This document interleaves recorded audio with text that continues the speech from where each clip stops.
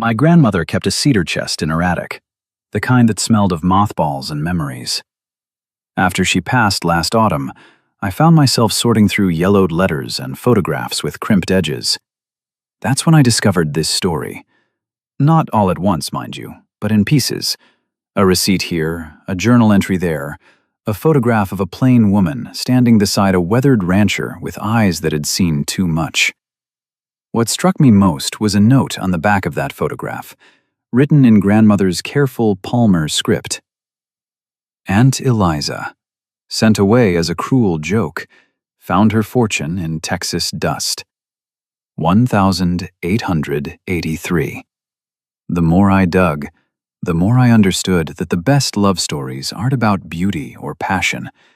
They're about two broken people who choose to build something whole. The woman stepping down from the train moved like she was walking to her own funeral, shoulders squared, chin up, but something dead in her eyes.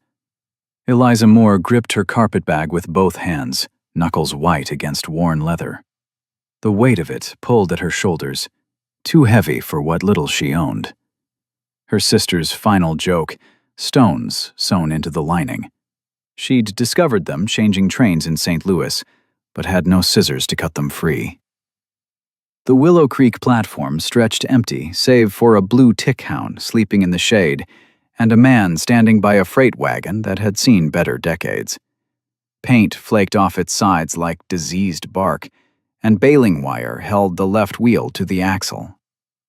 The man wasn't watching the train. He studied a paper in his hand, lips moving as he read. When he looked up, his eyes swept past her twice before stopping. The expression that crossed his face, like he'd bitten into spoiled meat but was too polite to spit, told her everything.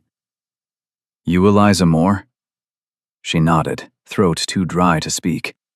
3 days on trains, eating only what cost pennies, drinking water that tasted of rust and regret. "Good. Wagon's this way." Caleb Hart turned without offering to take her bag. Not cruel exactly, just practical, like a man conserving energy for necessary tasks. She dragged the weighted bag across warped boards that creaked with every step. The May heat pressed down like a flat iron, and she felt sweat pooling where her corset stays dug into flesh. The mustard-colored traveling dress, the one with permanent medicine stains from nursing mother through her last months, hung on her frame like a surrender flag. When Caleb reached for the bag to lift it into the wagon bed, his eyebrow rose at the weight. "Rocks?" "My sister's idea of a farewell gift." Something shifted in his expression. Not sympathy. Men like him didn't waste energy on sympathy. Recognition, maybe. One person who'd been kicked recognizing another. He hefted the bag into the wagon with easy strength, then turned to offer his hand up. His palm was hard as horn, ridged with calluses that told stories of rope burns and tool handles, seasons of drought and plenty written in scar tissue. She placed her hand in his just long enough to gain the bench, then withdrew, tucking both hands into her lap like secrets. 7 miles. The advertisement had said 7 miles from town to the Hart Ranch. She counted landmarks as they rolled past. A lightning-struck mesquite twisted into the shape of agony. A dry creek bed scattered with white stones like exposed bones. Fence posts made from different woods, as if salvaged from other people's failures. Neither spoke for the first 3 miles. Not companionable silence. The careful quiet of two people measuring odds, calculating risks. "Your sisters," he said suddenly, making her flinch. "They the ones who answered my advertisement?" "Yes." "Why?" The blunt question deserved a blunt answer. "They thought it would be educational, for me to learn my place." "Which is?" "Gone." He made a sound that might have been a laugh, or might have been agreement. "I needed a wife who could work. Pretty wives expect pretty things. I need someone who expects work and weather, and not much else." "Then we understand each other." "Maybe." He glanced sideways at her. "Can you read? Write? Figure numbers?" "I kept books for Father's store until it failed." then for 2 merchants in Worcester until they decided an unmarried woman handling money made customers uncomfortable. Their loss. Matter of fact, attention back on the horses. My books are a disaster. Last woman I hired quit after 3 weeks. Said making sense of my receipts was like trying to teach catechism to chickens. Despite everything, her mouth twitched toward a smile, the first in weeks. I've never taught chickens, but I've balanced books kept by men who thought arithmetic was more suggestion than law. This time the sound was definitely almost a laugh. Then you'll fit right in. The ranch materialized from heat shimmer, like something born from stubbornness rather than planning. The main house sprawled in 3 different directions: wood siding on one part, limestone on another, adobe brick on what looked like the newest edition. Nothing matched, as if 3 different dreams had collided and decided to make the best of it. It's not pretty, Caleb said, defensive. Pretty is for people who can afford it. His hands tightened on the reins, but he said nothing more. As they rolled into the yard, she saw a small figure dart from barn to house, a flash of checked shirt and bare feet. Samuel, Caleb said, though she hadn't asked. My son, he's been watchful since his mother passed. 8 months, the advertisement had said. 8 months a widower. Fresh enough for grief, long enough for desperation. Caleb stopped the wagon beside the house, setting the brake with more force than necessary. He climbed down first, then stood beside the wagon, not offering help, waiting to see if she'd ask. She didn't. She gathered her skirts and climbed down herself, though her legs trembled from 3 days of travel and no proper food. Your room is on the left down the hall, he said. Mine is upstairs. Samuel sleeps in the lean-to off the kitchen. Your room, not our room. The relief that flooded through her was immediate and shameful both.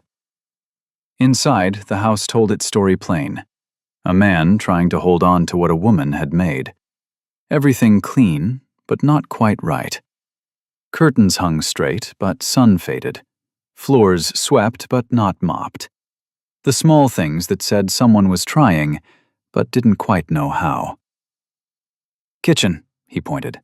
Parlor, your room. The room smelled of cedar and loneliness. A quilt on the bed, double wedding ring pattern, some hopeful woman's masterpiece, covered a bed that would hold no wedding nights. On the washstand, a blue pitcher with a chip on the handle. Above it, a mirror with black spots where the silver had worn through. She set down her bag, and the stones thunked against the floor. We'll eat when the food's ready, Caleb said from the doorway. Samuel will come when he's ready. Maybe tonight, maybe next week. He left her there with the stones and the silence, and the Texas heat already making promises about tomorrow's misery. Through the window she could see him walking toward the barn. His shadow stretched long and thin across dirt that looked like it hadn't seen rain in months. She sat on the bed, her bed now, and felt the ropes creak under the thin mattress.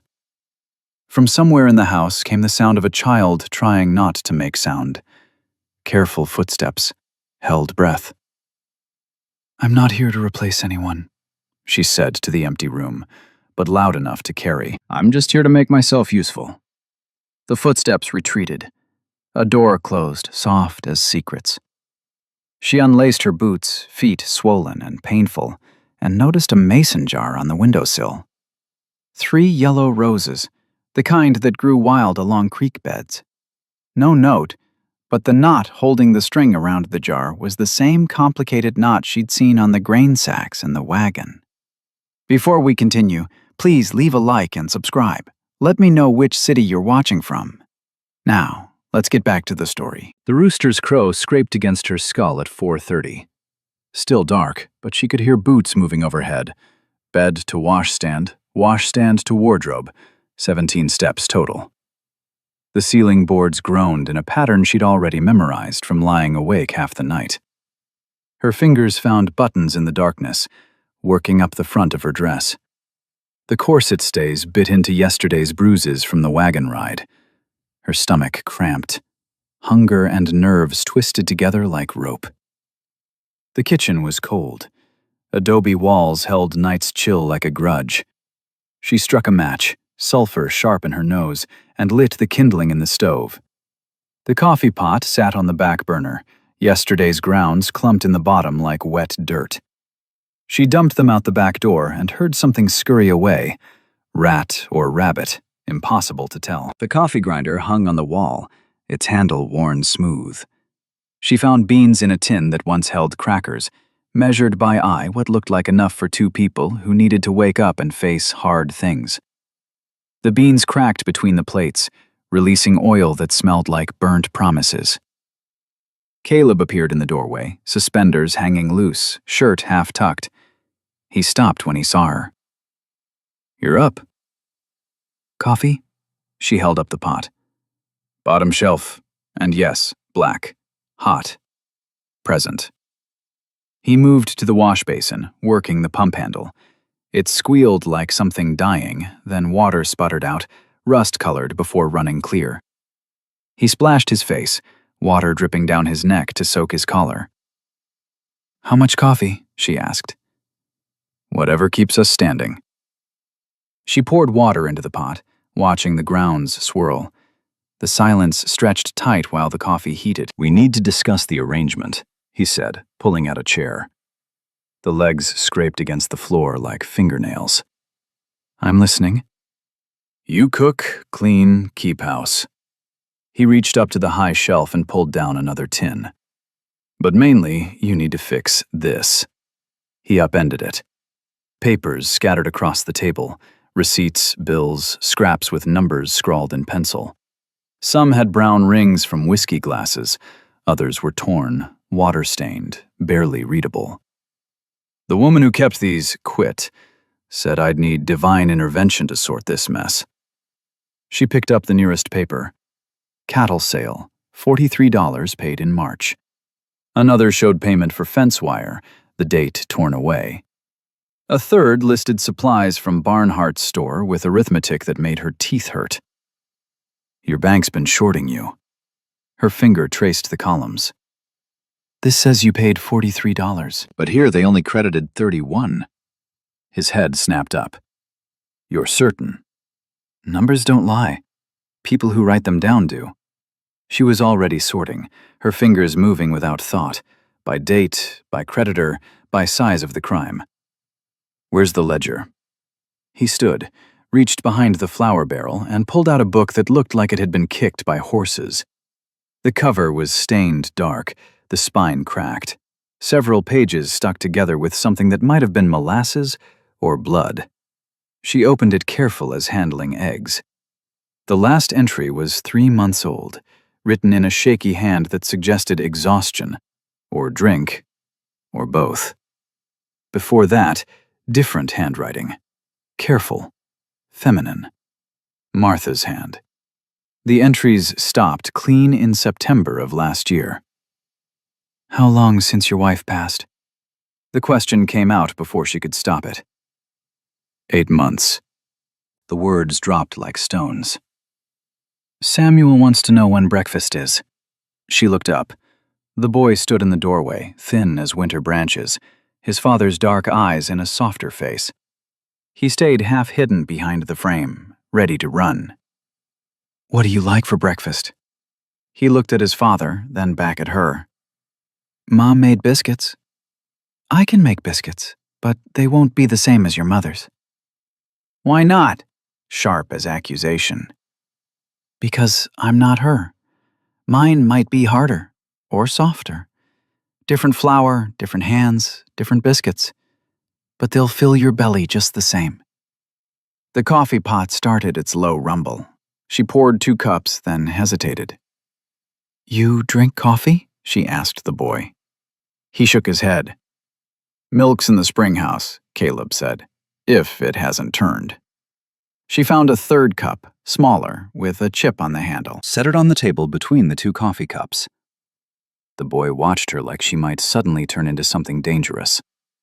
"I can't fix 8 months of chaos before breakfast," she said, returning to the ledger. but I can make sense of it by noon if you leave me be with it. What's spring cattle bringing per head? Caleb's question came sudden, testing. She looked up from the papers. 17 to 22, depending on weight and buyers. Why? Thompson's selling out. Drought's got him scared. If these books are as wrong as you say, might be I could buy his stock. If I knew what I could afford. She pulled the ledger closer. Give me till noon. I'll know what you have, what you owe, and what you can risk. Samuel had crept closer, close enough that she could smell barn on him. Hay and horse and something sour. You ain't pretty like Ma was. The boy's words hung in the air like smoke from burnt bacon. Samuel's chin jutted forward, waiting for tears or anger, probably what other women had given him. No, Eliza said, turning back to the ledger. I'm not. Caleb's coffee cup stopped halfway to his mouth. Samuel's eyes narrowed. Most ladies get mad when you say that. Most ladies have time to worry about such things. She dipped the pen in ink, testing the nib on scrap paper. I have 6 months of arithmetic disasters to untangle before your father loses this ranch. Samuel edged closer. Pa won't lose the ranch. Not if I can help it. She pulled the first stack toward her. But you'll need to find breakfast elsewhere. Cold biscuits from yesterday are in the tin. The boy looked at his father, who shrugged and stood. Come on, Sam. Let's check the stock. Their boots faded across the porch. Eliza spread the papers wider, sorting by creditor, then by date. The morning light crawled across the table as she worked. Her stomach cramped, empty since yesterday noon, but the numbers demanded attention. Barnhart's general store had been padding bills, 40 cents here, $1 there. Small enough to miss, large enough to matter. Over 6 months, $30 stolen. The bank was worse. Interest charged on money already paid, fees that didn't exist in any legitimate ledger. The root cellar door banged. She looked up, neck stiff from hunching. The sun had moved past the window. The mantel clock had stopped at midnight, no one bothering to wind it. She stood, joints protesting. The cellar stairs were rough planks that bent under her weight. Cool air rose to meet her, carrying the smell of earth and sprouting potatoes. Shelves lined both walls, some full, most empty. Mason jars dated 1882, 2 years past their prime. Potatoes more sprout than potato, onions going soft.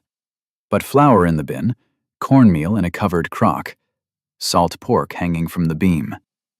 Enough. She climbed back up, arms full, and nearly collided with Samuel at the top. He stumbled backward, left hand pressed against his palm. What happened? He held out his hand. A mesquite thorn, thick as a nail, had punched through the meat below his thumb. Blood welled around it, and his face had gone white under the dirt. Sit. She set down the supplies, guided him to a chair. His palm was hot, already swelling. The thorn had gone deep, the black tip visible under the skin on the other side. Pa's in the far pasture. Won't be back till dark. Then we'll handle it ourselves. She found the whiskey bottle behind the flour. Caleb's hiding spot, predictable as sunrise. This will hurt. I ain't scared. Good. Scared makes it worse. She poured whiskey over his hand. He hissed, but didn't pull away. The sewing basket sat on the shelf above the stove, Martha's silver thimble still inside. She pulled out the finest needle, held it in the lamp flame until it glowed. Why aren't you pretty? The question rushed out, needing distraction. Same reason some horses are bay and some are black. Just how I came out. She let the needle cool, then poured whiskey over it. Hold still. The thorn had barbs. She could feel them catching as she worked it free. His other hand gripped the table edge, knuckles white. She hummed, tuneless, low, something Mother had hummed during long nights of nursing. His grip loosened slightly, The thorn came free with a wet sound. Blood followed, quick and bright. She pressed a clean rag to it, then wrapped his hand with strips torn from a flour sack. "There, you'll live." He stared at his wrapped hand. "Ma would have kissed it better." "I'm not your ma. But there's cornbread in the oven. Eat some before the bleeding starts again." The cornbread was warm, crumbly, sweetened with the last of the honey. Samuel ate one-handed, getting crumbs everywhere. She returned to the ledger, pen scratching across paper. "Found it." Caleb stood in the doorway, dust in every line of his face. His eyes moved from Samuel's wrapped hand to the ledger to her. "Found what?" $217 in credits never applied, plus interest they shouldn't have charged. She turned the ledger toward him. "You're owed close to $300. He moved closer. Horse and sweat and leather filled the space between them. His finger traced her calculations. "You're certain?" "Numbers don't lie." "What happened to Sam?" "Mesquite thorn. It's out. He'll heal." Caleb looked at his son, who was working on his third piece of cornbread. Something shifted in his expression. "Keep the egg money," he said. "Whatever the hens produce. For household expenses." "That's generous." "That's fair. You saved me $300 in one morning." He straightened, hand going to his back. "We eat at 6? "We eat when food's ready." Almost a smile started before he caught it. Martha said the same thing. He left before she could respond. Samuel watched him go. "You made Pa almost smile." "The money made him almost smile." "No, it was how you said it. Like Ma." She opened her mouth to argue, but stopped. Through the window, Caleb stood at the pump, water streaming off his arms. The late sun caught the drops, turning them gold before they fell. Her fingers found the next receipt. Thompson's Ranch, selling stock at $12 a head, well below market, below survival. "Samuel, how many head does your father run?" 500, maybe. Why?" Quick calculations. Thompson's stock at that price, plus what Caleb could support, plus the recovered money. "Your father might double his herd, if I can prove these numbers to the bank tomorrow." The boy's eyes went wide. That's a lot of cattle." "It's a lot of risk." She found herself watching Caleb through the window again. He'd stripped off his shirt to wash. Scars crossed his back like a map of hard years. "But sometimes risk is just another word for opportunity." The door opened. Caleb walked through in clean clothes, hair still damp. He stopped when he saw them both looking. "What?" "Mrs. Eliza says you might buy Thompson's stock." "Mrs. Hart." The correction was quiet but firm. If she's saving this ranch, she should be called proper. Mrs. Hart. The name sat strange, but not unpleasant. Samuel was nodding, and Caleb was pulling out a chair for supper. "Mrs. Hart," Samuel repeated, testing it. "You really think Pa could double the herd?"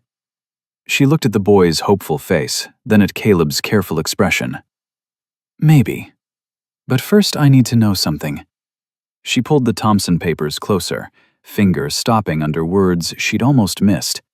Words written hasty in pencil, like someone hoped they wouldn't be seen.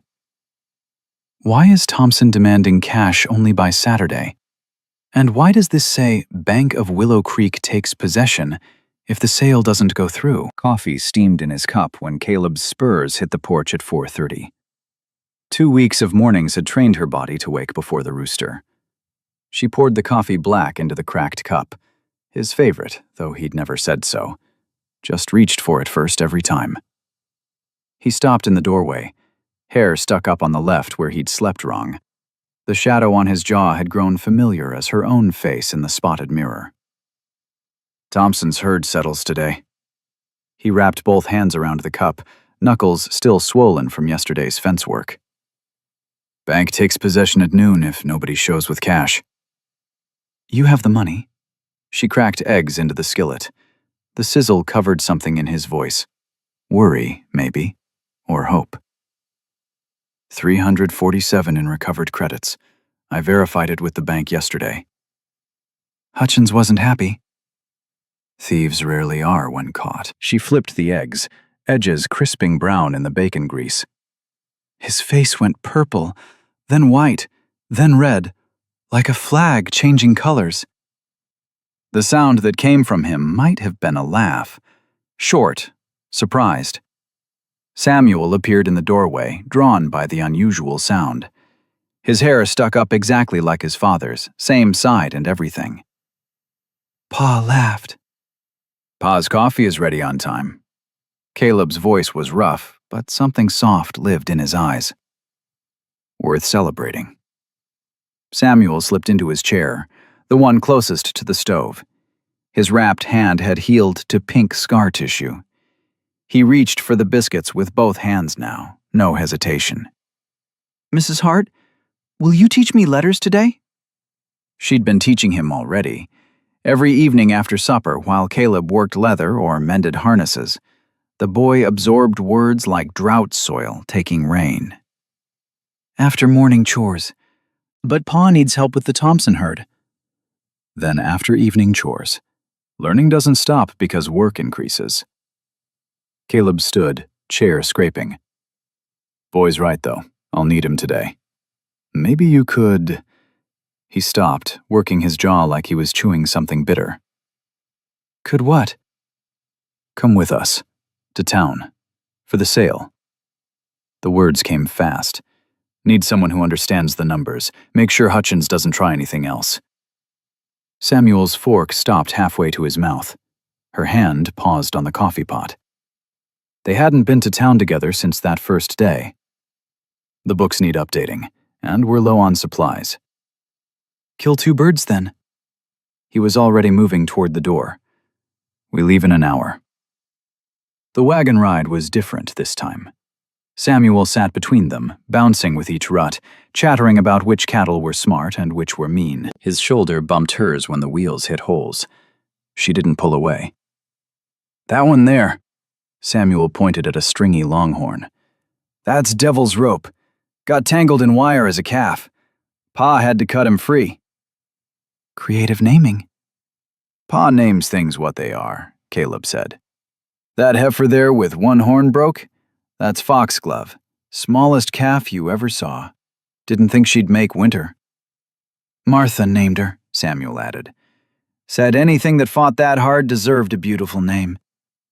Now she drops the biggest calves on the ranch. Caleb's hands were easy on the reins. Both ways work, naming for what is and naming for what could be. Town appeared through the heat shimmer. The bank squatted on Main Street, trying to look important with its brick face. A crowd had gathered, ranchers, townspeople, folks who liked watching disaster unfold. Thompson stood on the bank steps. His face had gone gray as dishwater. His wife clutched his arm, her Sunday dress wilting in the heat. Hart? Thompson's voice cracked. Come to watch the vultures feed? Come to buy cattle if the price is fair. Caleb climbed down, then reached up for Eliza. His hands spanned her waist, calluses rough through the thin calico. She felt the strength in them, careful, but sure. My wife needs to verify the numbers. Thompson's eyes tracked to her, then away. Mrs. Hart. She pulled out the small ledger she'd brought. Mr. Thompson, I understand you're selling at $15 a head. 12 now. His Adam's apple bobbed. Hutchins says the market dropped overnight. The market did no such thing. She climbed the bank steps. Mr. Hutchins, I believe we need another conversation about arithmetic. The banker emerged from the shadowed doorway, already flushing purple. Mrs. Hart, this is business between men. This is business between thieves and ranchers. She opened her ledger. Yesterday's telegraph from Fort Worth shows cattle at $22. You're trying to steal this man's herd. The crowd pressed closer. Someone said, That's near double what Hutchins offered. Caleb stepped beside her. Close enough she felt heat radiating from his body. "I'll take Thompson's whole herd. $18 a head." Thompson's knees buckled. His wife caught him. That's $3 over what I need." "Then you'll have seed money for next year." Caleb pulled out the bank draft. "Provided Mrs. Hart agrees the stock is worth it." She studied the cattle, then Thompson's grateful face, then Hutchins's purple rage. "I'll need to verify the count." 217 head, Thompson said quickly. "I'll swear to it." No need for swearing. Quick calculations in her head. At $18, that's $3,906. Mr. Hart has $347 in recovered credits, plus, she looked at Caleb, plus $2,000 from the Army beef contract last fall, and the rest on promissory note. Thompson grabbed the papers like a drowning man grabbing rope. "More than acceptable." Hutchins slammed back into the bank. Through the window, she saw him throwing papers. "He'll make trouble," she said quietly. "Let him try." Caleb's hand touched her elbow. Brief, light, but she felt it like a brand. "We have better ammunition now." "We?" He looked down at her. For the first time since she'd arrived, his expression was completely open. "Ranch wouldn't have made it without your books. That makes it we." The ride back was loud with Samuel's chatter about the cattle and how Hutchins looked ready to explode. The boy had wedged himself against her side, his trust unconscious as breathing. "Mrs. Hart?" His voice went quiet. "Will you teach me to do numbers like that, so nobody can cheat us again?" "Every evening, after chores." "Pa, too?" She looked over Samuel's head at Caleb, who was pretending to watch the road. "If he wants to learn." "I know numbers." His protest was mild. "Just don't know them the way you do. All lined up and proving things." "Everything has patterns. Cattle prices follow rain patterns. Rain follows pressure patterns. Even people follow patterns." "What pattern do I follow?" Samuel asked. "You follow the pattern of wondering. Every answer leads to 3 more questions." "What pattern does Pa follow?" Caleb's shoulders tensed. "Your pa follows the pattern of steady. Same things, same way, until he has reason to change." "What pattern do you follow?" The question hung between them like dust in sunlight. "I follow the pattern of making myself useful. If I'm useful, I'm—" She stopped. "Safe," Caleb finished quietly. "If you're useful, you're safe." Their eyes met over Samuel's head. Understanding passed between them. 2 people who'd learned the same hard lesson, different ways. "Look!" Samuel pointed ahead. "The hands are already moving the herd." Dust rose from the cattle drive, golden in the afternoon sun. Through it, she could see the ranch. Their ranch now, she supposed. "Mrs. Hart," Caleb said as they pulled into the yard. "Tonight, after supper, I'd like to go over the books with you. All of them. Learn how you do what you do." "That would be practical." He climbed down, then reached up for her. This time his hands lingered at her waist. Not long enough to be improper, just long enough to notice. "Practical," he repeated, but something in his voice made the word mean more. Samuel had already run toward the corrals. Caleb followed, his long stride eating ground. She stood by the wagon, ledger clutched to her chest, watching them become silhouettes against the dust and sun. The kitchen was cool after the heat. She set the ledger on the table, pages falling open to today's calculations. The biggest purchase Caleb had ever made based on her numbers, her word that it was sound. She reached for the coffee pot and found a folded paper beneath it. Her name in careful script, not Caleb's rough hand. Samuel's, each letter drawn with painful precision. Inside, wobbly writing, "Thank you for making Pa smile again." Her fingers traced the letters. Through the window, she could hear cattle lowing, men shouting, the organized chaos of success. She smoothed the paper, tucked it into her apron pocket. The root cellar door stood open. She moved to close it and stopped. There on the top step sat a mason jar filled with yellow roses, the kind that grew wild by the creek. No note, but she recognized the knot in the string, the same complicated knot Caleb used on everything. She picked up the jar, water sloshing. Through the window, she saw him directing cattle, hat pushed back, shirt dark with sweat. As if feeling her gaze, he turned. Across the distance, through dust and shimmer, he touched his hat brim, not tipping it, just acknowledgement. The roses smelled like Texas morning, wild and sweet and thorny all at once. She set them on the table beside the ledger. When she looked back, Samuel was running toward the house. He burst through the door. "Mrs. Hart, there's a rider coming fast from town!" She moved to the window. A lone figure rode hard enough to raise a dust trail. As the rider got closer, she recognized Thompson's oldest boy, face tight with panic. The boy didn't even dismount. "Mr. Hart? Mr. Hart!" Caleb jogged over from the corral. "It's Mr. Hutchins, sir. He's at our place with the sheriff. Says the sale weren't legal. Says he's taking the cattle back. Pa sent me to warn you. They're coming here next." The Methodist ladies stood at Barnhart's store entrance like crows on a fence line. Their whispers carried across Main Street's dust as Eliza climbed down from the wagon. Mrs. Dalton's purple silk bonnet had no business in Texas heat. Mrs. Hutchins's starched collar stayed white as accusation, despite the temperature. "That's her," Mrs. Dalton's voice pitched just loud enough to carry. "The mail order one." Samuel jumped from the wagon bed. "I'm getting penny candy." "2 pieces only."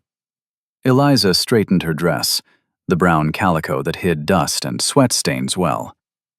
"We have business at the bank first."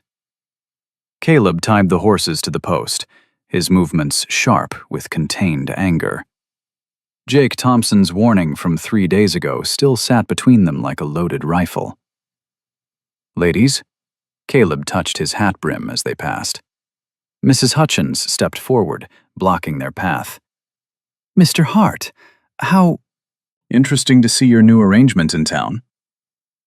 "My wife has business at the bank." The emphasis on wife was slight but unmistakable. "Yes, we've heard about her business." Mrs. Hutchins's smile could have curdled fresh milk. "Such unusual skills for a woman to possess." "Arithmetic isn't unusual," Eliza said. "It's simply rare to find it done honestly in certain establishments." The purple bonnet quivered. Mrs. Dalton drew herself up. "Are you implying—" "I'm stating facts, Mrs. Dalton. Would you like to see the receipts?" Eliza patted her satchel. "Your husband's store has some interesting accounting practices." Samuel pressed against her side. "Mrs. Hart makes the best cobbler in Texas." The boy's fierce declaration broke the tension. Even Mrs. Hutchins's mouth twitched. "Better than mine?" Mrs. Abernathy asked from behind them. The eldest of the church ladies, she walked with a cane, but her eyes were sharp as broken glass. "I won the county fair 3 years running." "You should taste it, Mrs. Abernathy," Samuel said. "She uses molasses and brown sugar both." "Expensive ingredients." The old woman studied Eliza. "Practical woman wouldn't waste both sweeteners." "Sometimes sweetness needs reinforcement when dealing with bitter situations." Mrs. Abernathy's laugh came harsh as a crow's call. "Well said. Hutchins is in his office. Saw him go in early, looking like he'd swallowed spoiled milk." The bank's door was heavy oak, with brass fixtures gone green with neglect. Inside, the temperature dropped 10 degrees. Paper and tobacco smell replaced dust and horses. Hutchins sat behind his desk like a toad on a rock. already flushing purple before they'd said a word. "Hart, expected you'd come." His eyes flicked to Eliza. "This is business between men. This is business between my ranch and your bank." Caleb pulled out a chair for Eliza, then remained standing behind her. "My wife handles our accounts." She opened her satchel, pulling out papers. Each stack landed on Hutchins's desk with precision. $347 in miscredited payments. First stack down. Verified against your own carbon copies. Hutchins's fingers twitched toward the papers. Clerical errors with your signature. Second stack. Thompson's cattle sale, legally documented with witnesses. Third stack. The promissory note, properly filed. Fourth. And this morning's telegraph from Austin. The banker's face drained from purple to fish belly white. "What telegraph?" "The one from the Territorial Banking Commission. Seems they're very interested in your creative arithmetic." Especially after receiving copies of these documents 3 days ago. Caleb's hand settled on her chair back. She felt his knuckles brush her shoulder blade through the thin fabric. "You can't prove anything." Hutchins's voice cracked. "Those documents could be forged." "By me? A simple woman who shouldn't understand business?" She pulled out the final paper. "This is your own clerk's testimony. Mr. Jeffers was quite eager to discuss your practices once he understood the commissioners were coming." The door opened. Sheriff Palmer entered, his star catching window light. Behind him, a man in a black suit that screamed government authority. "Mr. Hutchins." The suited man's voice was soft as snake scales. "I'm Inspector Wallace, from the Territorial Banking Commission. We need to discuss your books." Hutchins stood so fast his chair scraped against the floor. "This is harassment." Hart's wife has been spreading lies. Mrs. Hart has been providing documentation. Wallace pulled out his own papers. Documentation that matches what we've found in 3 other banks you've had interest in. Samuel had been quiet, but now he tugged Eliza's sleeve. "Is Mr. Hutchins going to jail?" "That depends on Mr. Hutchins," Sheriff Palmer said. "Tom, I need you to open your vault. Inspector's orders." "I need my lawyer." "You need to comply." Palmer's hand rested on his pistol, not threatening, just present. "Now." Hutchins moved toward the vault like a man walking to his own hanging. His hands shook working the combination. The tumblers clicked in the silence. "Mrs. Hart," Inspector Wallace turned to her. "Your documentation has been invaluable. The commission owes you a debt." "The commission owes my husband his money. All of it, with proper interest." "Of course." Wallace smiled, thin as paper. "Mr. Jeffers will be taking over bank operations immediately. I believe he has a check prepared." Jeffers, the nervous clerk who'd been hovering in the corner, stepped forward with trembling hands. $347, plus interest at legal rate. Total of $392.16. Caleb took the check, examined it, then handed it to Eliza. "Verify it." She studied the numbers, the signatures, the official seal. "It's correct." "Then we're done here." Caleb helped her stand, his hand at her elbow. "Except for one thing." Everyone turned. Thompson's cattle. The sale was legal. If anyone tries to reverse it, they'll answer to the Territorial Commission. He looked at Wallace. "That correct?" "Absolutely. Any interference with legally documented sales would be inadvisable." They left Hutchins still standing by his open vault, Wallace and Jeffers beginning their inventory. The sheriff followed them out. "Mrs. Hart?" Palmer tipped his hat. "Town owes you thanks. Hutchins has been bleeding folks dry for years." "Numbers don't lie, Sheriff." "No, ma'am, they don't." He looked at Caleb. "You got yourself a formidable woman, Hart." "I know what I've got." Something in Caleb's tone made heat rise in Eliza's neck. She busied herself with returning papers to her satchel.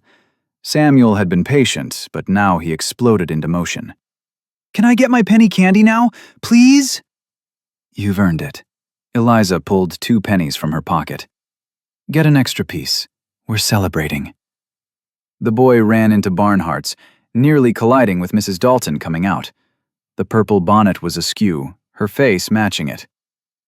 "My husband's store has nothing to do with the bank's troubles."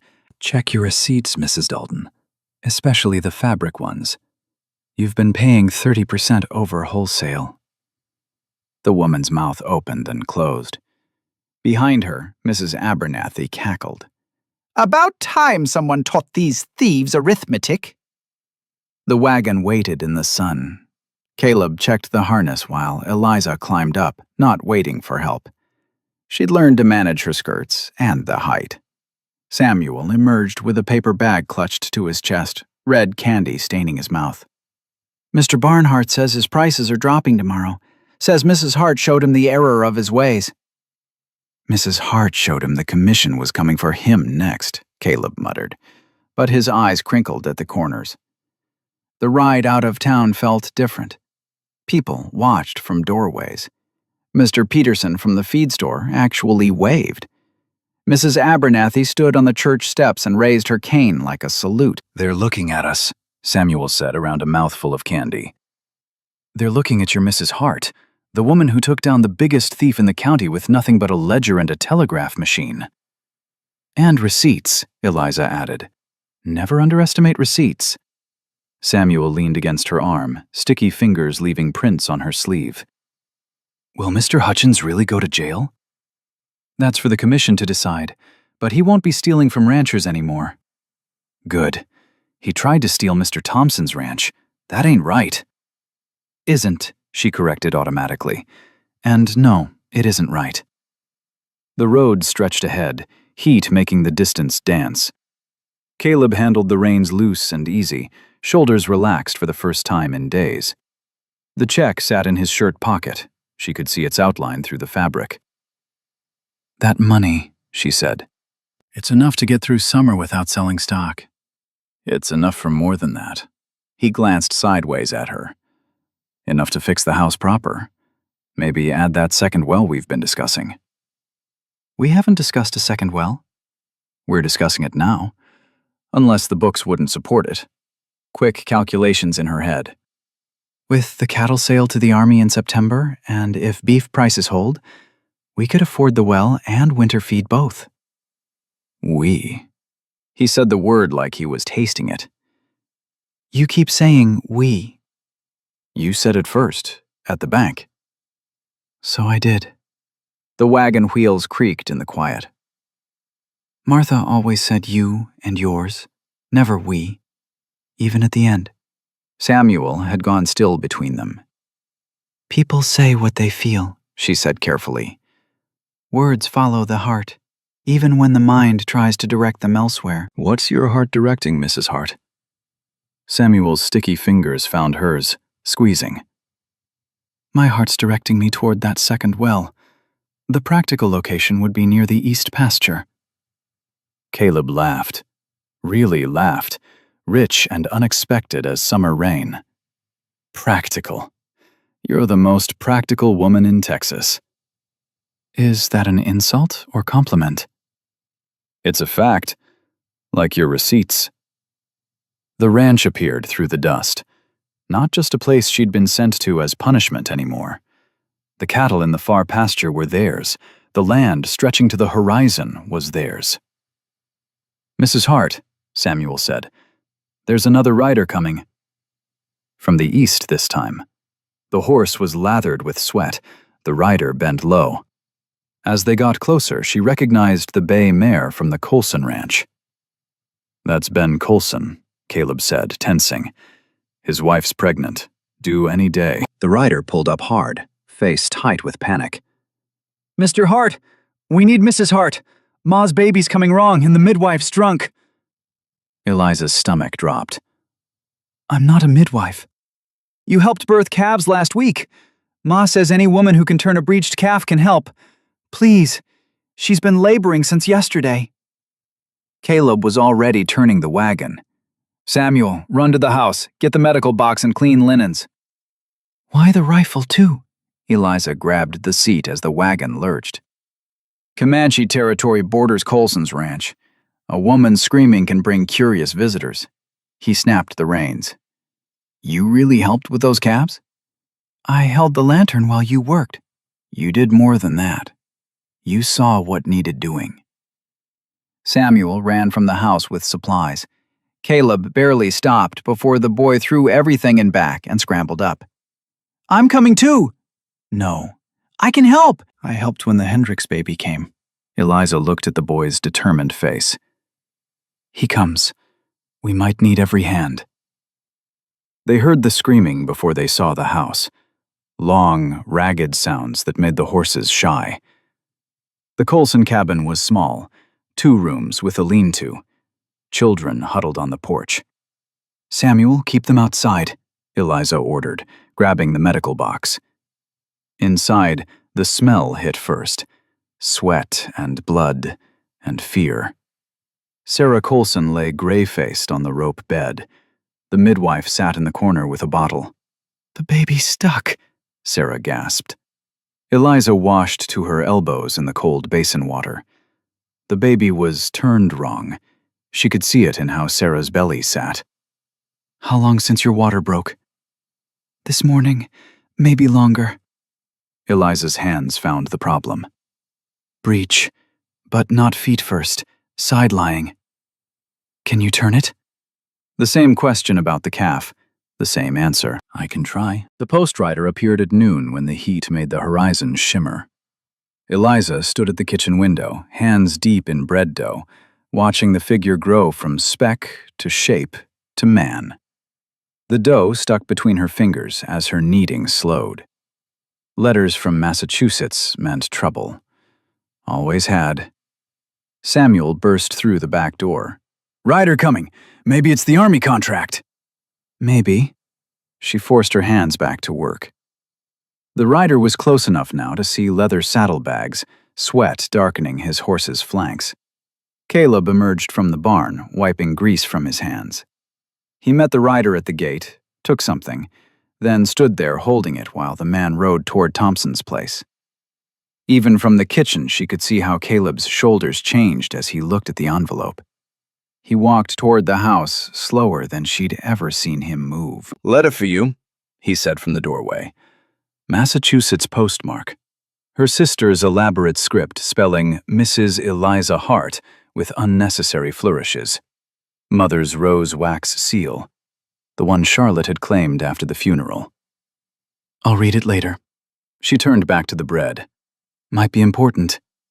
Nothing from Massachusetts is important anymore. But her hands were shaking. The dough suffered for it. Caleb set the letter on the table and left.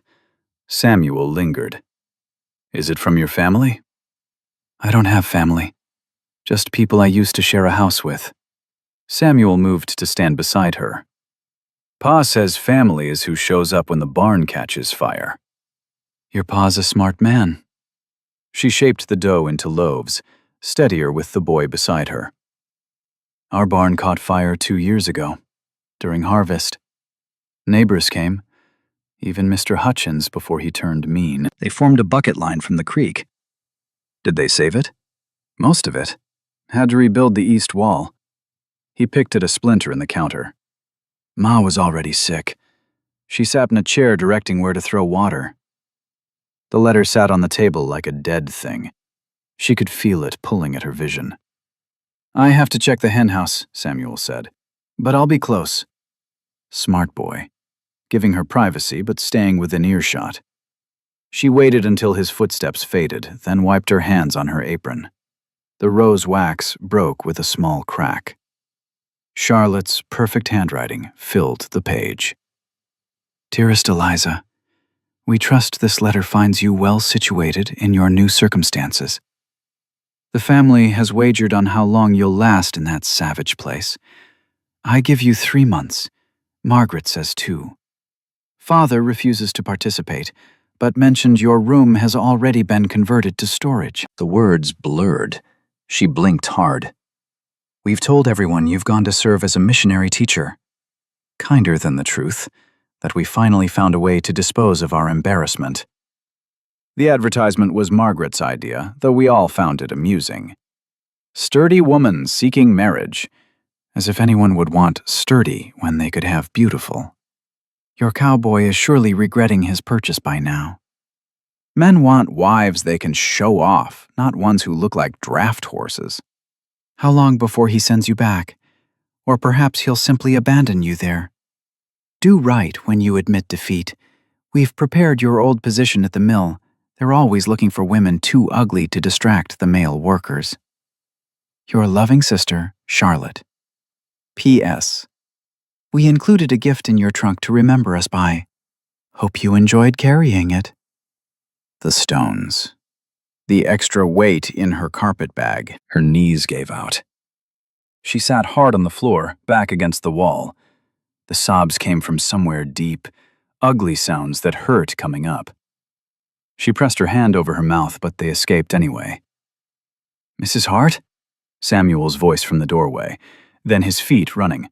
Pa! Pa! Something's wrong!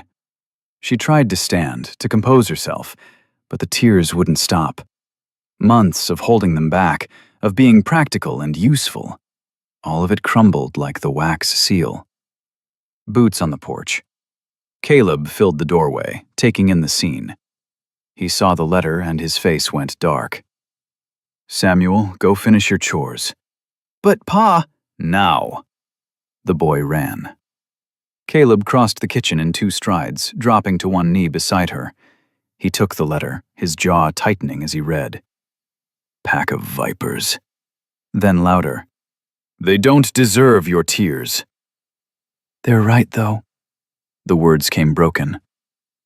I am ugly. I am sturdy like a draft horse. You did get cheated. Stop. His voice was quiet but firm. He stood, walked to the stove, lifted the iron plate. Without ceremony, he fed the letter to the flames, page by page. Your sisters are fools. They sent away the only one worth keeping. You don't have to be kind. I'm not kind. Ask anyone. He replaced the stove plate. I'm practical. And practically speaking, you've saved this ranch, taught my son to read, birthed the Colson baby when everyone else gave up. That's worth more than all the pretty faces in Massachusetts. She wiped her eyes with her apron. Charlotte's beautiful. Margaret, too. Men are idiots about beauty. He pulled out a chair, sat down, knees almost touching hers on the floor. Martha was beautiful. Had men writing letters till the day we married. Know what good it did? Nothing. When drought came, her pretty face didn't bring rain. You loved her. I did, but not for her beauty. He was quiet. I loved her for showing up every day, even when days were hard, for laughing at my bad jokes, for making this empty house feel full. Same reasons I'm starting to... He stopped, jaw clenching. Starting to what? Instead of answering, he stood and reached behind the flour barrel. Another letter, yellowed with age.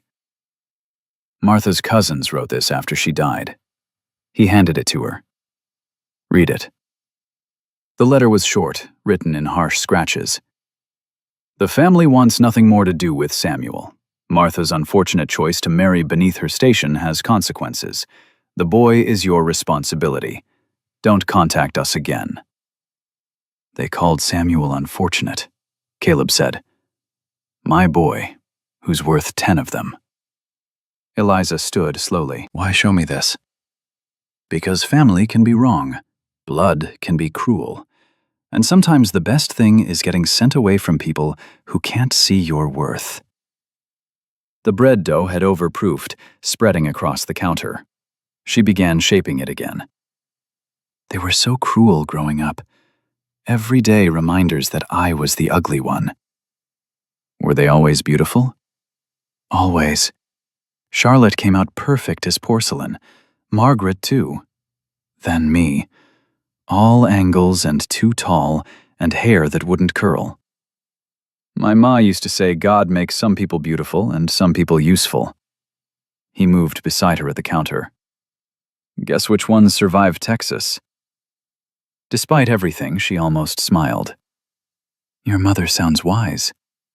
She was mean as a rattlesnake and twice as tough. But she kept 6 kids alive through Indian raids and drought.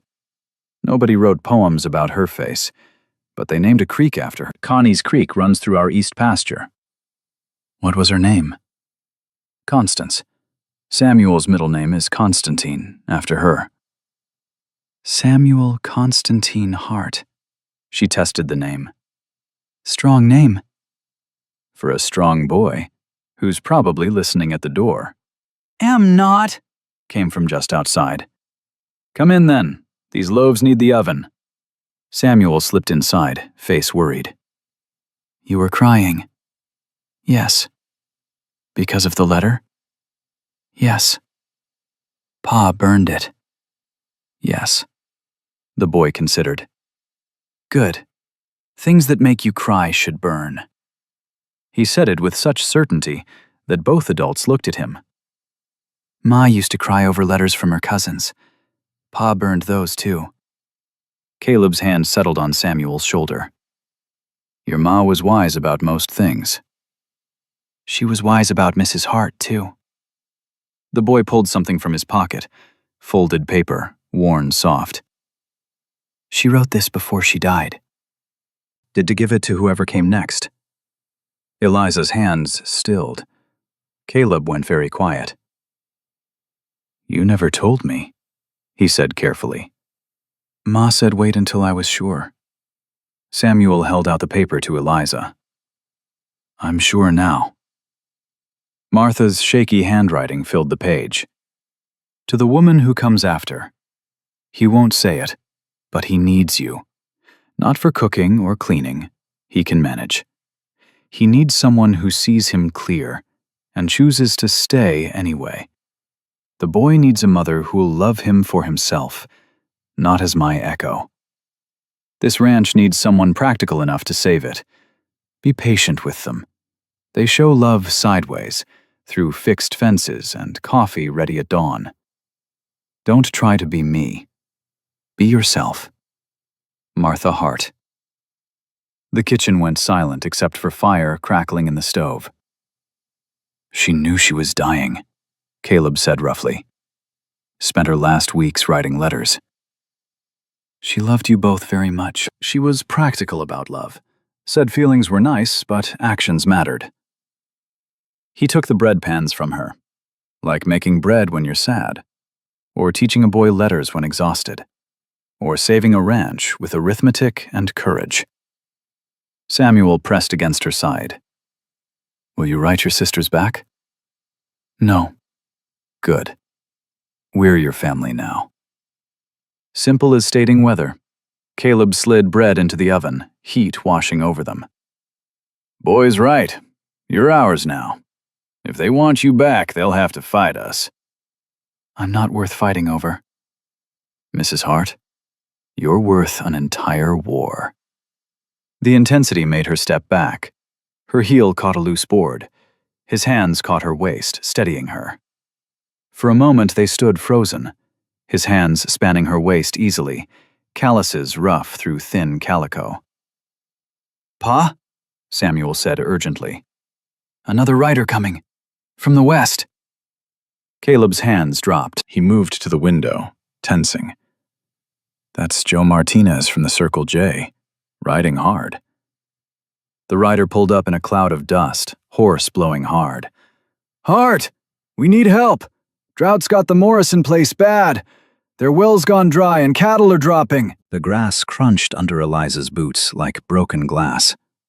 4 weeks without rain had turned the pasture brittle brown. Each step raised dust that hung in the still air. The thermometer on the porch had read 98 at dawn. Now, past noon, the mercury had climbed beyond its measuring. She carried 2 buckets from the well, shoulders burning from the weight. The vegetable garden was dying despite her efforts. Tomato plants withered to skeleton stems, squash leaves curled like fists. Only the mesquite and prickly pear seemed unaffected. Through the kitchen window, she could see Caleb bent over the ledger she'd prepared. His shirt was soaked through, clinging to his back. Samuel sat beside him, practicing numbers on a slate, tongue poking out in concentration. "Mrs. Hart," Samuel called through the window. "Pa wants to know about the water rights." She set down the buckets, palms raw from rope handles, and went inside. The adobe walls kept it marginally cooler. "What about water rights?" She looked over Caleb's shoulder. "Thompson's selling." His finger traced the figures. "Lost 40 head this week. Says he can't make it to September." 40 head? Quick calculations. That's $800 lost. More than money. It's his whole year's increase. Caleb leaned back, chair creaking. He's selling for $12 a head, 3 below our rock bottom. Can we afford them? Can we afford not to? If Thompson folds, the bank takes the land. Even with Hutchins gone, they want their money. They'll sell to Eastern investors who don't understand drought breaks. Samuel looked up from his slate. "Thompson's kids go to school with me. James said they might move to Fort Worth." Eliza pulled out the territorial survey map, spreading it across the table. Yellowed paper, torn edges, but the markings were clear. "Look here." She pointed to a squiggly line near the border between Thompson's land and theirs. "This creek bed. Dry since we arrived. But see this notation?" Caleb leaned closer. "Spring-fed source, reliable." But that survey's from 1871. Springs don't disappear. They go deeper. She traced the creek's path. If we bought Thompson's land, we'd own both sides of this drainage. We could dig for the spring. Dig where? That's miles of creek. She studied the topographical markings, remembering something the old surveyor at Father's store used to say about water. "The cottonwoods." She pointed to a cluster marked on the map. "That stand on Thompson's side. They're still green, aren't they?" "Barely." "But green. Cottonwoods need water." "Their roots go deep, but not that deep. Maybe 30 feet?" Samuel's pencil scratched as he copied numbers.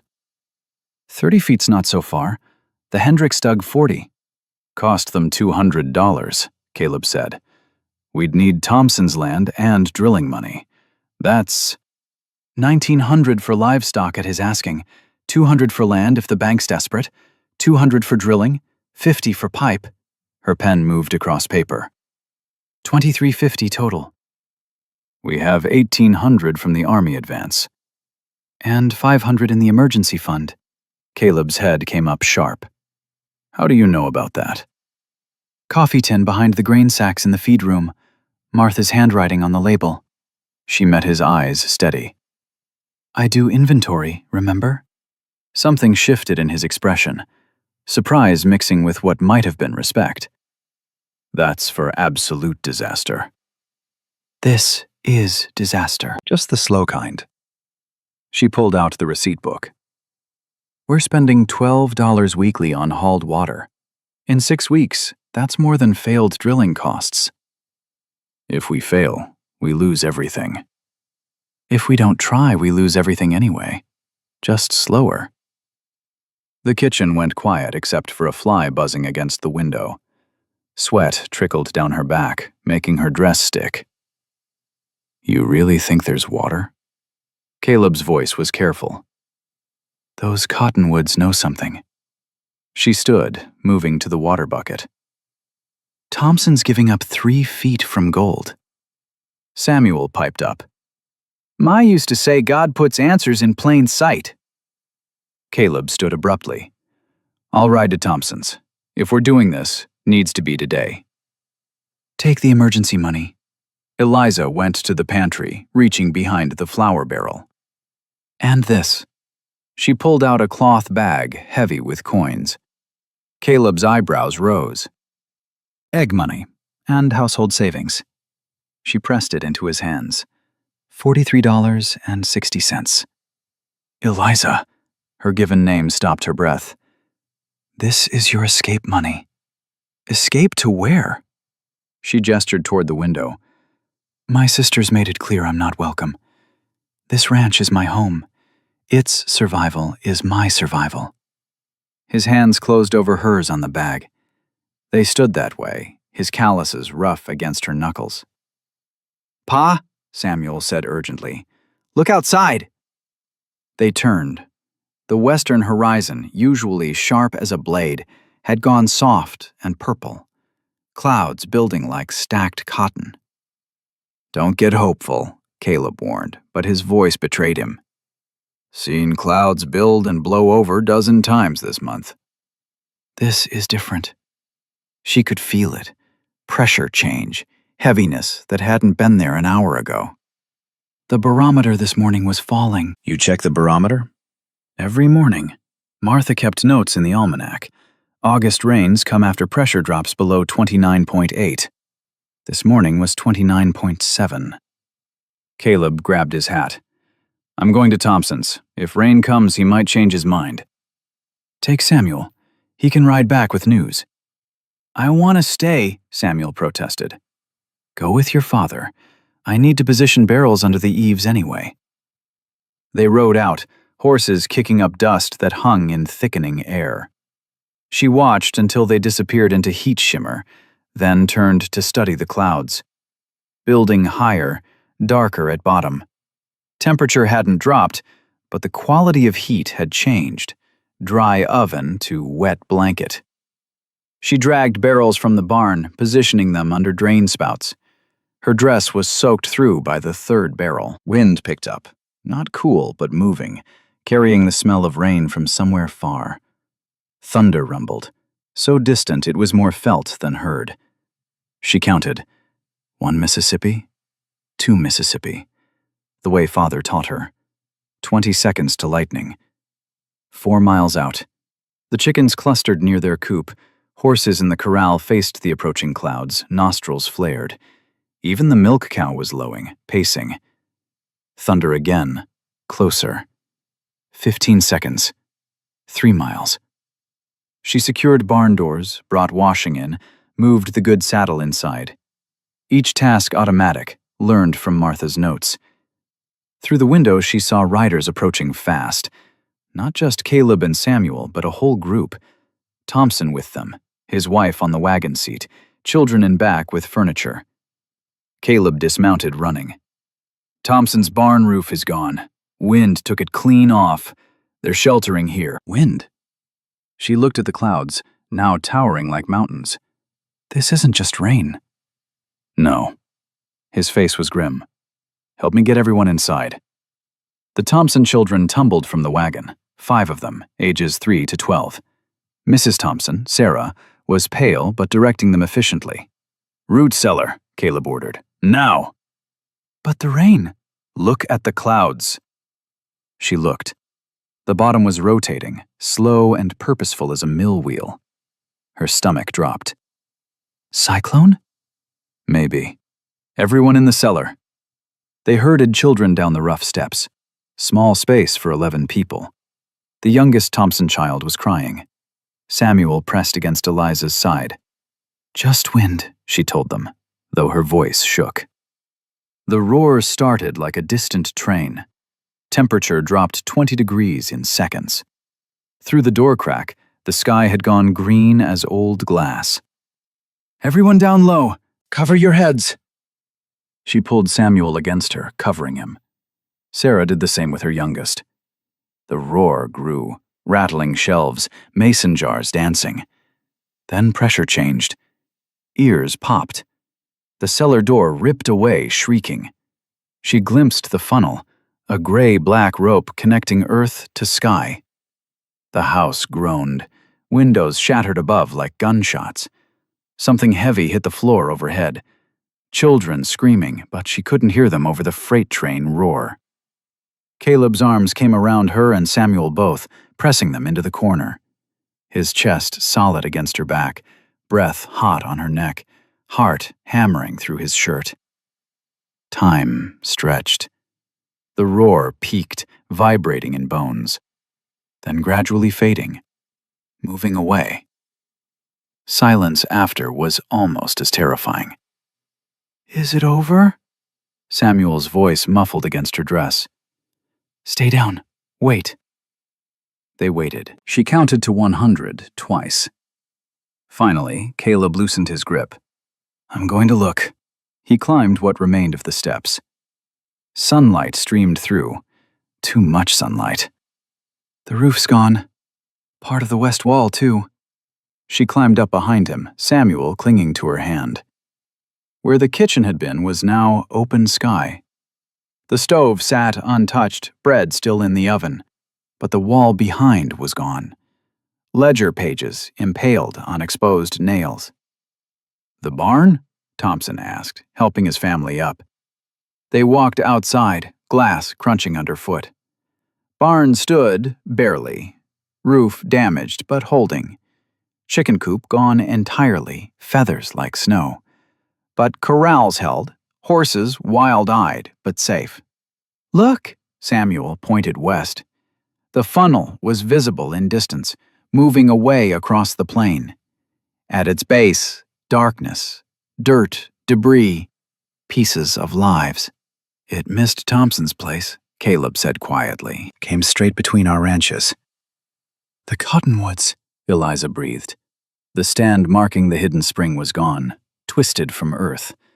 Where they'd stood was a crater, and at bottom, water. Dark water seeping up from broken earth. "The cyclone," Thompson said, voice wondering. "It found the spring." Caleb started laughing, not happy, but the kind when everything's too much. "We were going to pay to dig. The storm did it free." "Storm took your roof as payment," Thompson pointed out. "Roof can be rebuilt, but water means survival." They stood at crater's edge looking down. Water muddy but real, filling the depression steadily. The cyclone had twisted through rock and soil to the aquifer below. "It's on the property line," Thompson observed, "right between our lands." "Then we share it. Both ranches, equal access." Thompson held out his hand. "Deal." They shook, two dust-covered men over a cyclone's gift. "Mrs. Hart," Sarah Thompson said, "you're bleeding." Eliza looked down. Her arm was cut, elbow to wrist, blood soaking the sleeve. She hadn't felt it. "It's not deep." The edges of her vision went gray. Ground tilted. Caleb caught her before she fell. "Easy now." "I'm not weak," she mumbled against his shirt. "No. You're the strongest woman in Texas. But even strong women need stitching." He carried her toward what remained of the house, Samuel running ahead for the medical box. Through graying vision, she saw something that stopped her heart. A rider on the horizon, coming fast from town, waving something. "Caleb," she tried to warn. "I see him. That's Jeffers from the bank." The rider grew closer, white-faced with urgency. "Mr. Hart, thank God you're alive. The cyclone, we saw from town, but that's not why I'm here." He swung down, telegram clutched in his fist. "From Austin, the Territorial Banking Commission." He thrust the paper at Caleb. "They're seizing the bank. Today. All loans frozen pending investigation." Caleb read quickly, his face changing. "Eliza, your arithmetic, your report. They found fraud going back 10 years. Every loan Hutchins made is being reviewed." "Which means?" "We don't owe anything. None of us. Not until investigation's done." He looked at Thompson. "Your ranch is safe." Thompson sat hard in the dirt. Sarah was crying. But Jeffers wasn't done. "There's more. Mrs. Hart, the commission wants you. They want to hire you as investigator, full salary, travel expenses, checking banks all over the territory." The world went quiet. Even wind stopped. "They want me to leave?" Her voice came out small. "They want you to help catch men like Hutchins. Would mean traveling. Gone for weeks." She looked at Caleb, searching his face. His expression was carefully blank. "Good opportunity," he said quietly. "Respectable work, good pay." "Is it?" Samuel pressed against her uninjured side. "You can't go. You're family now." "Families sometimes make hard choices," Caleb said, but his hand was tight on her shoulder. The telegram fluttered in wind. Everything changed in an hour. Cyclone, spring, bank, and now this. An offer of escape just when she'd given away her escape money. "When do they need an answer?" Jeffers checked. "By tomorrow noon. Representative coming on afternoon train." Tomorrow, to decide between the life she'd built and a life where she'd matter beyond one ranch.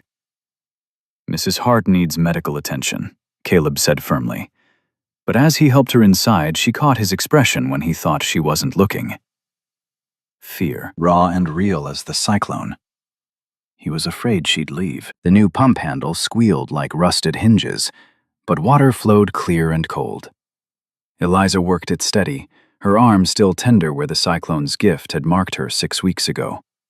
The scar ran pink from elbow to wrist, what Sarah Thompson called her storm stripe. 47 feet. That's how deep they'd had to dig to reach the spring the tornado revealed. The crater showed them where, but getting clean water had taken every spare dollar and 3 weeks of round-the-clock work. "Pressure's holding," Samuel called from the storage tank.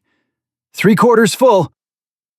The boy had grown 2 inches since spring, his pants showing ankle even after she'd let the hem down twice.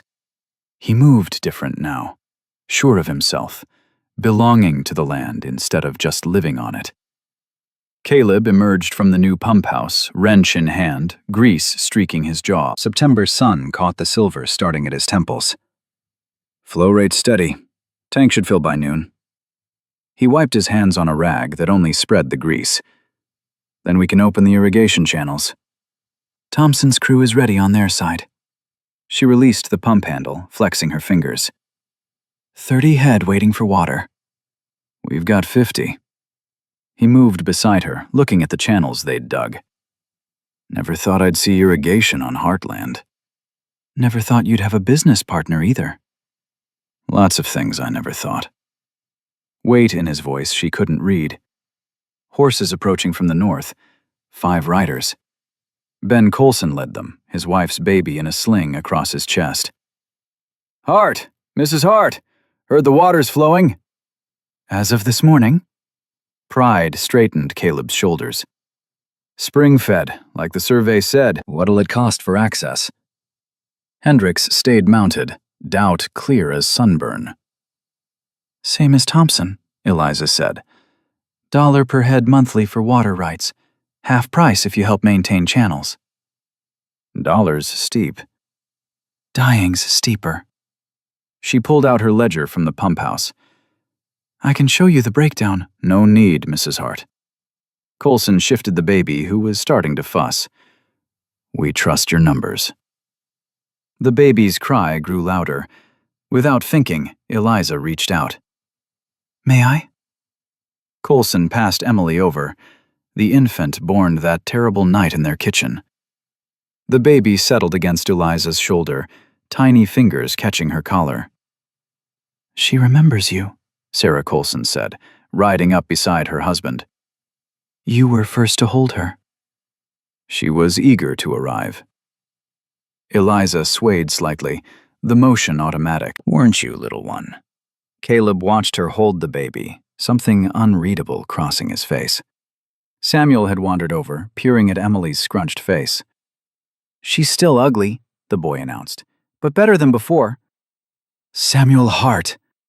"What? She was purple and screaming. Now she's pink and quiet. That's improvement." The adults laughed, tension breaking. Even Hendricks's doubt eased. "We'll take the deal," Hendricks said. "When do we start?" "Tomorrow." Caleb pointed to the channels. "Need to extend them 1/4 mile to reach your property." The men discussed logistics while Eliza handed Emily back and moved to shade, making notes in her ledger. Income from water rights, maintenance expenses, projected profits. The telegram from Austin sat folded in her apron pocket where it had lived 6 weeks. The commission's offer, withdrawn once, renewed twice, each time with higher salary. Latest arrived yesterday by special courier. Position still available, salary increased to $100 monthly. Response required by September 30th. Tomorrow. She had until tomorrow. Mrs. Hart? Sarah Colson stood beside her, Emily sleeping in the sling. Might I speak privately? They walked toward the house, or what was now the house. Cyclone damage repaired with neighbors' help, new tin roof instead of wood, adobe wall where kitchen had been. Different, but same. I wanted to thank you again, for Emily. Sarah's voice was soft. If you hadn't been there, any woman would have. No. I've had 3 babies before Emily. I know the difference between helping and saving. You saved us both. They sat on the new porch steps, wood still smelling of sawdust. Then told me about the commission's offer. Whole county knows. News travels. As does speculation. Some say you'd be foolish not to take it. Others say you'd be foolish to leave what you've built. What do you say? Sarah watched dust devils dance across the yard. I say only you know what you're really choosing between. A career or a ranch? A life alone or a life witnessed? Sarah's hand found hers. I've watched you these months, Eliza. You've changed everything you touch. But you've also been changed. You smile now. Real smiles. The ranch needed. I'm not talking about the ranch. I'm talking about how Caleb looks at you when he thinks nobody's watching. How Samuel calls you my Mrs. Hart to other children. How you look at them like they're water in drought. Eliza's throat tightened. It's complicated. Love always is. He hasn't. We haven't. Men like Caleb Hart don't speak feelings. They show them through fixed roofs and protected time for books and yellow roses from his mother's hidden garden. You knew about the roses? Everyone knows. He tended that garden 8 months since Martha passed. Never picked a bloom until you arrived.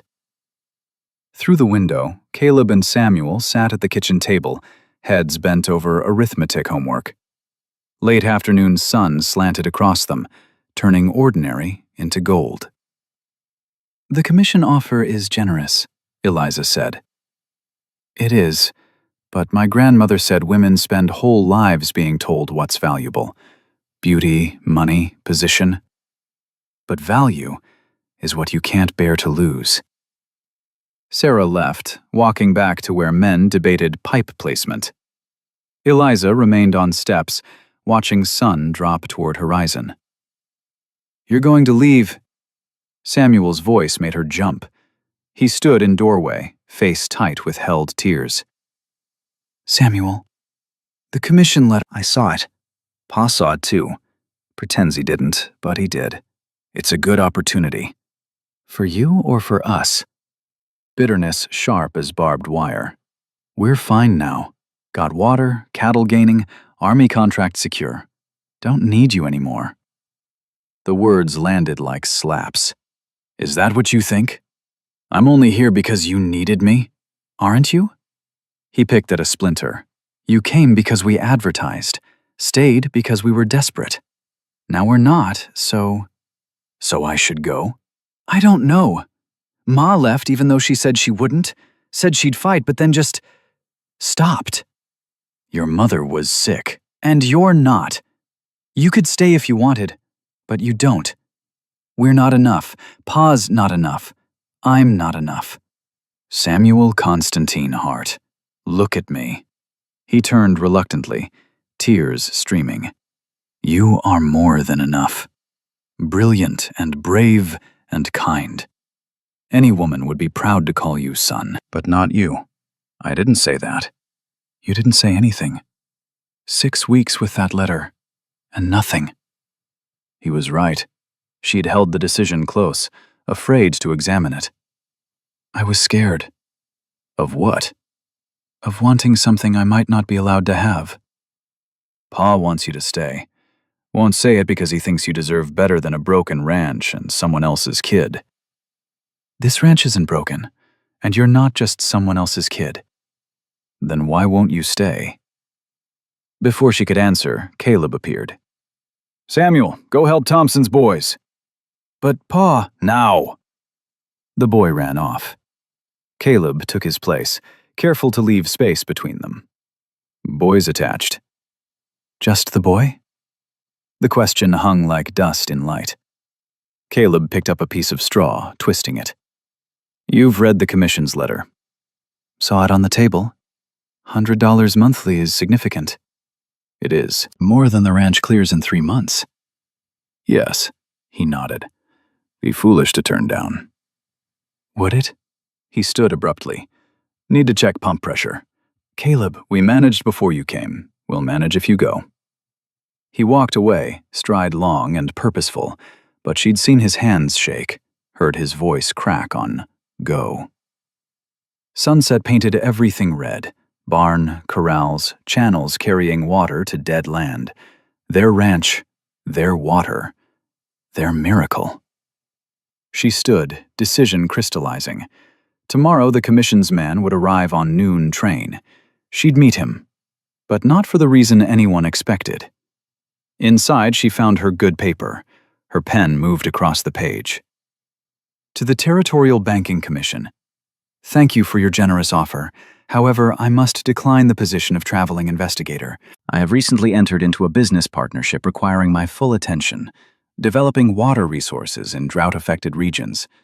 I would, however, consult on a case-by-case basis from my home office at Hart Ranch.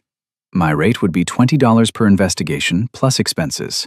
If acceptable, please respond to Mrs. Eliza Hart, Hart Thompson Water Company, Willow Creek, Texas.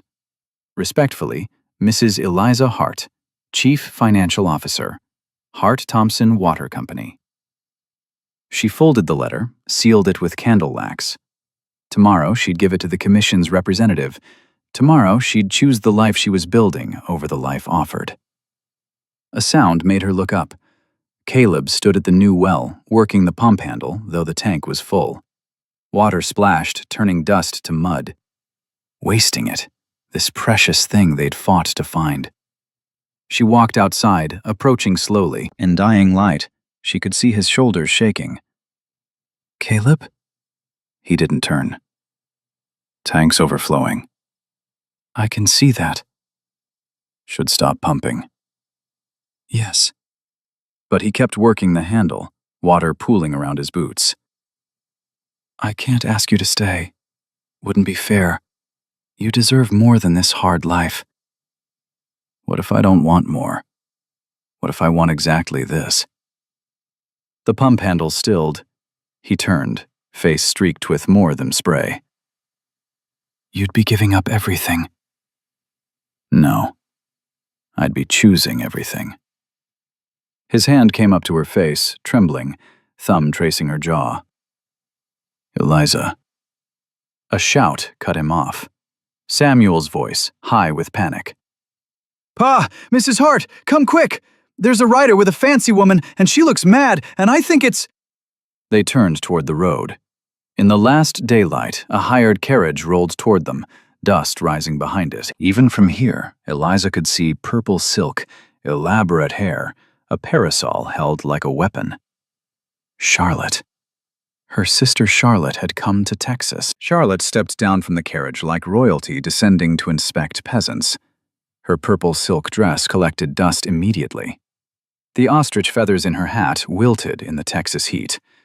Her French perfume fought a losing battle with the smell of cattle and fresh-turned earth. Eliza. She said the name like spitting out something rotten. What have you done to yourself? Eliza looked down at her work dress. Brown calico, patches at the elbows, hem stained with mud from the irrigation channels. Her hands were rough, nails broken, a fresh blister on her palm from the pump. She looked exactly like what she was, a ranchwoman who'd spent the day working. Charlotte, why are you here? To save you from this? Charlotte gestured at everything: ranch, corrals, half-repaired barn. This mistake. Samuel pressed against Eliza's side, his hand finding hers. Caleb moved to stand behind them, not touching, but close enough she felt heat from his body. "Ma'am." Caleb's voice was polite ice. "It's near dark. There's a hotel in town." Charlotte's nose wrinkled. "I'm not staying in some frontier establishment. I've come to collect my sister." "I'm not a parcel to be collected." "No, you're a family embarrassment who's gone too far." Charlotte pulled a letter from her reticule. "Father's dead." The words landed like stones in water. Eliza felt nothing, then everything, then nothing again. "When?" "6 weeks ago. Heart failure. The estate is being divided." Charlotte's smile was sharp glass. "You're not in the will, of course. He struck you out when you left. But Margaret and I have decided to give you another chance." "Another chance at what?" "At a proper life. There's a position at the Lowell Mills, night shift supervisor. The workers are mostly Irish. Nobody you'd need to impress. Room and board included. Respectable work for someone of your limitations." Samuel made a sound like an angry cat. Eliza tightened her grip on his hand. "That's generous, but I have work here." Charlotte laughed, tinkling sound that belonged in Boston parlors, not Texas dirt. "Work? You call this work? Playing house with some widower and his brat?" "Watch your tongue." Caleb's voice dropped dangerous. Charlotte finally noticed him, eyes traveling from dusty boots to weathered face. "You must be the cowboy who answered our advertisement. Should thank you for taking her off our hands, even temporarily." "Your advertisement was for a wife. I got one. Best bargain I ever made." "Bargain?" Her eyebrows rose. "How romantic. Though I suppose romance is too much to expect when one looks like—" She gestured at Eliza. "Like what?" Samuel pulled free, stepping forward. "Like someone who saved our ranch? Like someone who birthed the Colson baby? Like someone who makes the best cornbread in Texas and teaches me letters and fixed Pa's books and found us water?" "Samuel," Eliza reached for him, but he dodged. "No! She's mean and wrong, and I won't let her." He turned to Charlotte, small body rigid with fury. "You sent her away because you're jealous." Charlotte stepped back. "Jealous? Of what?" "Of her being smart and brave and good. You're pretty, but you're mean, and that makes you ugly inside." "Samuel, enough." Caleb's hand settled on the boy's shoulder, but his eyes stayed on Charlotte. "Boy's right, though. You came all this way to insult my wife in my yard. Bold for someone who needs hired transport." Charlotte flushed. "I'm trying to save her from degradation." "What degradation?" Eliza stepped forward, leaving the protective shadow of Caleb and Samuel. "Having a home? A family? Useful work?" "This isn't family. It's a business arrangement. All families are arrangements. Some arranged by blood, some by choice. I choose this one." "You can't be serious. Look at this place." "We survived a cyclone, found water in drought, broke a corrupt banker." Eliza lifted her chin. "What have you done besides count Father's money?" Charlotte's composure cracked. "He left you nothing. Nothing. No inheritance, no fallback." "I have 40 head of cattle in my name." Eliza pulled out her ledger, showing the official registry. "Half ownership in a water company, 300 in the bank, 120 in store credit." "That's nothing compared to Father's estate." "It's everything compared to Massachusetts. There I had a room that wasn't mine, in a house where I wasn't wanted. Here I have a life." "This isn't life, it's exile." "You're right. You exiled me, sent me as a cruel joke. Best thing that ever happens to me. Charlotte's mouth opened and closed. Behind her, the driver shifted nervously. "Ma'am," he called, "we need to go for making town tonight." "Wait." Charlotte pulled another paper out. "If you insist on foolishness, at least make it legal. Sign this." Eliza took the paper. "Renunciation of all claims to family estate? Sign it and you get $1,000. Clear. Enough to improve this place. And all I do is agree I'm no longer a Moore? No longer your sister? Legally speaking." Eliza looked at the paper, then at Charlotte's face. Beautiful still, but hard around edges, lines of discontent forming. She thought of the letter, the stones in the carpet bag, years of cruelties. "Pen?" Charlotte produced one eagerly. Eliza signed with firm strokes. Eliza Hart. "There. I'm no longer your sister. Haven't been for months, but now it's official. You can go." "The money will come to Willow Creek Bank?" "Within the month." Charlotte climbed back into the carriage, movements sharp. "I won't offer again. This is your last chance to come home." "I am home." Charlotte stared for a long moment, then rapped on the roof. The driver clicked to the horses. "Wait!" Samuel ran after the carriage. "You forgot something." Charlotte leaned out. "What?" "To say goodbye. To wish her well. To be happy she's happy. That's what family does." The carriage didn't slow. Charlotte disappeared inside, and soon even dust settled. Samuel walked back, shoulders slumped. "She didn't even say goodbye." "No." Eliza knelt, pulling in close. "But we said goodbye long ago. We just didn't know it." The boy buried his face in her shoulder, shaking, not crying, just angry. "She's stupid. She's unhappy. Unhappy people do stupid things." "Are you unhappy?" She pulled back to look at his face. "No. I'm exactly where I want to be." "Promise?" "Promise." Caleb cleared his throat. They turned to him. Stars were beginning to show. The lamp in the kitchen cast golden squares on dirt. "Inside, both of you. Supper's getting cold." They walked toward the house together, Samuel between them. At the door, Caleb stopped. $1,000. "Blood money. Payment for disappearing. Could do a lot with it. Fix the barn. Buy more stock. Maybe..." He paused. "Maybe build an addition. Another bedroom. For children." Her breath caught. "Whose children?" He turned to face her fully. In lamplight, she could see his face clear. The careful mask gone, replaced by something raw. "Ours, if you'll have me. Proper, this time." He pulled something from his pocket, a simple gold ring, worn smooth. "This was my grandmother's, Constance's. Strong woman, like you." Samuel was vibrating with excitement. "Are you proposing?" "Hush." "I'm not good with words," Caleb said. "Can't write poetry or make speeches. But I can promise you'll never doubt where you stand with me.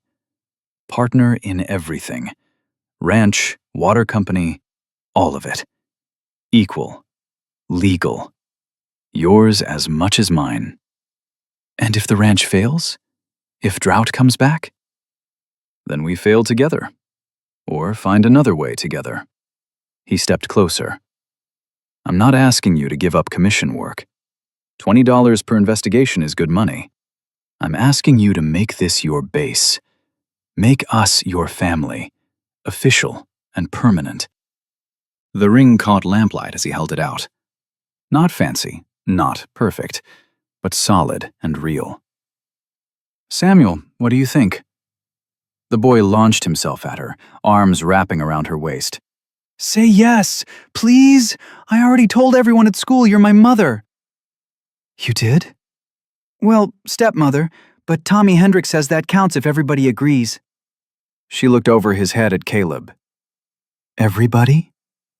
Everybody who matters. Caleb's voice was rough. Boy's right. You're already his mother, every way that counts.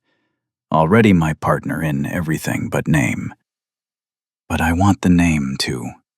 Want everyone to know you chose us, permanent and legal. I need to tell you something about the commission job. His face went carefully neutral. All right. I already wrote them. Turned down the traveling position. You what? Offered to consult from here instead. Case by case. Mail correspondence mostly. But the money isn't worth leaving. She extracted herself from Samuel's embrace, stepping close to Caleb. Charlotte was wrong. This is my family. Blood or not, chosen or not. This is where I belong. His hand came up to cup her face, shaking slightly. You're sure? I chose you that morning you almost smiled over coffee. Chose Samuel when he brought prairie roses. Chose this ranch when we fought for Thompson's water. She covered his hand with hers. I've been choosing you all along. Just took time to say it. Is that a yes? Caleb Hart, I choose you every morning at 4:30 when I make your coffee. Choose you every time Samuel calls me his Mrs. Hart. Choose you when work is hard and sun is brutal and banks try to cheat us. She took the ring from his trembling fingers. Yes. He kissed her then, right there in the doorway, with Samuel whooping and stars coming out and smell of burned supper from the stove. It wasn't gentle or practiced. It was real and raw as everything between them, promise sealed with chapped lips and calloused hands. When they broke apart, Samuel was already running toward Thompson's ranch, shouting, "She said yes!" Mrs. Hart said yes. We're getting married proper. Whole county will know by morning, Caleb said against her hair. Good. Let them know Eliza Hart chooses to stay Eliza Hart. That reminds me. He pulled back. Commission man came while Charlotte was here. Left this. Another envelope with official seal. She opened it, reading by lamplight. They accepted my consulting terms. $25 per case, not 20. First case files next week. So you'll investigate banks from the kitchen table? From my office. That addition you mentioned? I want part for an office. Door that locks, windows catching morning light. Demanding woman. Practical woman. If I'm running a water company and ranch and investigating fraud, I need proper space. And children? You didn't answer about children. She thought of Emily Colson, the weight of her. Children would be welcome, though Samuel might have opinions about sharing. Samuel wants siblings. Told me last week. Said big family means more hands for chores. Practical boy.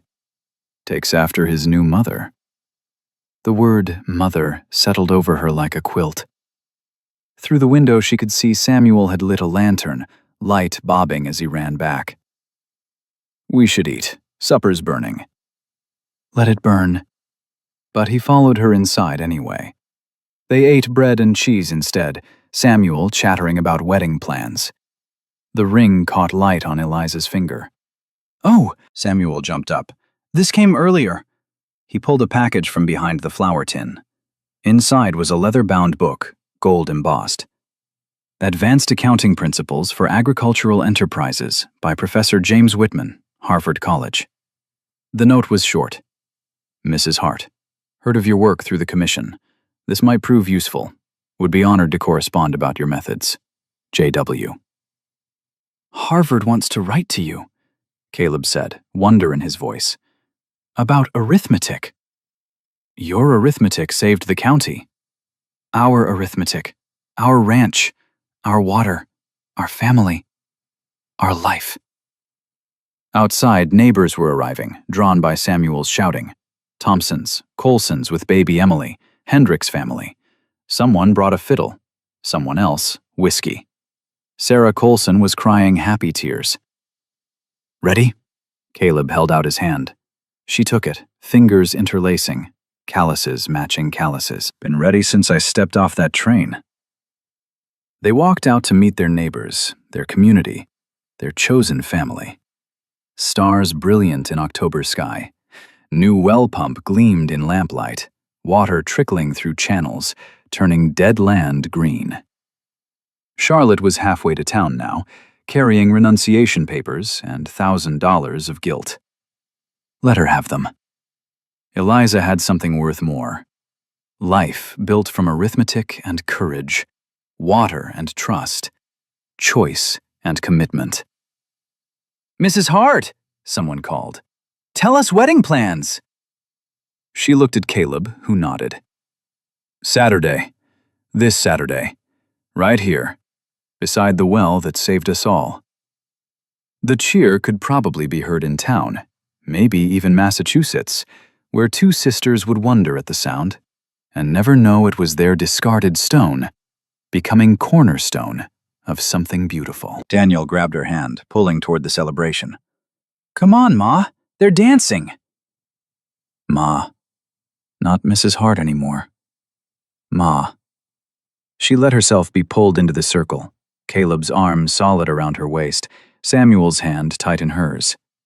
The fiddle started, something lively and rough as the land. This was her choice.